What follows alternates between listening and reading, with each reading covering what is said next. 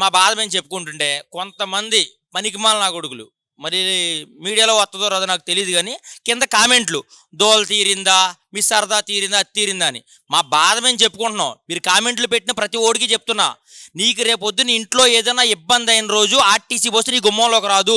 ఈ auto driver నీ గుమ్మంలోకి వచ్చి నీ ఫ్యామిలీని కానీ నిన్ను కానీ తీసుకెళ్ళి హాస్పిటల్కి తీసుకెళ్లాలన్నా రైల్వే స్టేషన్ తీసుకెళ్లాలన్నా మేమే రావాలి. ప్రతి ఓడు కామెంట్లు పెట్టడమే.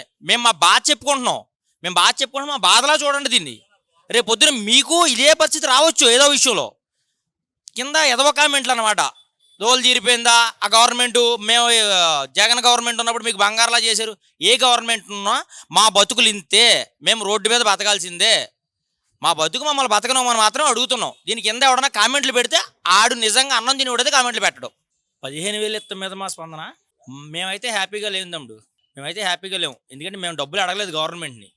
మా పని మమ్మల్ని చేసుకున్నామన్నాం. మా పని మమ్మల్ని చేసుకునేవడం మానేసి మీకు అకౌంట్లో డబ్బులు వేస్తాం, మీకు డబ్బులు ఇస్తామంటే ఎంతకాలం ఇస్తారు డబ్బులు? ఎలాగా ఎన్ని సంవత్సరాలు ఇస్తుంది గవర్నమెంట్? అలాగా ఈ గవర్నమెంట్ పడిపోతే ఇంకో గవర్నమెంట్ వస్తుంది. ఇలా డబ్బులు ఇచ్చుకుంటూ వెళ్తారా? మమ్మల్ని మా పని చేసుకునేవరా? మాకు కావాల్సింది రోడ్లు, మా పని మమ్మల్ని చేసుకునేవాడు. మేము సెల్ఫ్ ఎంప్లాయీస్, గవర్నమెంట్ ఉద్యోగం అడగట్లేదుగా, మేము పని చేసుకుంటున్నాం. మా పని మమ్మల్ని చేసుకునేవడం మానేసి మీకు ఫ్రీ బస్సులు పెడతాం, మీకు డబ్బులు వేస్తామంటే ఎంతవరకు కరెక్ట్? అది గవర్నమెంట్ ఆలోచించుకోవాలి. పథకం పెట్టే ముందే ఒకసారి అది గవర్నమెంట్ ఆలోచించుకుంటే బాగుండేది. డబ్బులు వేయడం అనేది వేసి ఉండొచ్చు కానీ మన ముందు జగన్ ఏ పథకం పెట్టకుండానే డబ్బులు వేసాడుగా, అయినా ఓడిపోయాడుగా.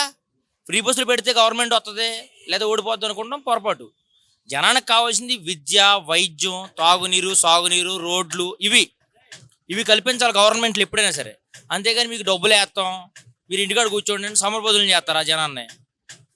డబ్బులు ఎవరు అడగలేదు కదా. ఇప్పుడు సంవత్సరం అవుతుంది గవర్నమెంట్ వచ్చి, ఎంతవరకు ఎవరో మీరు బస్సు ఎందుకు పెట్టలేదని ఏ ఆడవాళ్ళు రోడ్డు ఎక్కి అడగలేదుగా. గవర్నమెంట్ ప్రకటించేసాం, పథకం పెట్టాం కాబట్టి మేము ఇచ్చేస్తామని చెప్పి ఇచ్చేసారు. ఇచ్చేసే ముందు కనీసం ఇంతకుముందు ఆటో డ్రైవర్ల పరిస్థితి ఏంటి అని ఆలోచించాలి. అది ఆలోచించడం మానేసి పథకం పెట్టారు. ఇవాళ మేము ఎంత ఇబ్బందులు పడతామో తెలుసా? మా ఇళ్లలో కూడా ఆడవాళ్ళు ఉన్నారు. మేము కూడా ఓట్లు ఎత్తేనే గవర్నమెంట్లు వచ్చినాయి. ఉచిత పథకాలు ఇస్తేనే గవర్నమెంట్లు వస్తాయి అనుకుంటాం, పొరపాటు. మేము గవర్నమెంట్ని ఎందుకు గెలిపించామంటే రాష్ట్రం బాగుపడుతుంది, రాజధాని వస్తుంది, పోలవరం వస్తుంది, మంచి పనులు జరిగితే గవర్నమెంట్ని గెలిపించాం. కానీ ఉచిత పథకాలు పెడతారని మాకు డబ్బులు వేస్తారని మేము గవర్నమెంట్ని గెలిపించాల. ఇప్పటికైనా ఒక్కసారి గవర్నమెంట్ మళ్ళీ ఆలోచించి మా విషయంలో మాత్రం సరైన నిర్ణయం తీసుకోవాలి. నిజానికి డబ్బులు వేస్తున్న విషయంలో కూడా చాలామంది ఆటో డ్రైవర్లు హ్యాపీగా లేరు. మేము చాలా ఇబ్బందులు పడతాం. మీరు సంవత్సరానికి 15,000 ఎత్తే అది మాకు ఎంతవరకు సరిపోద్ది?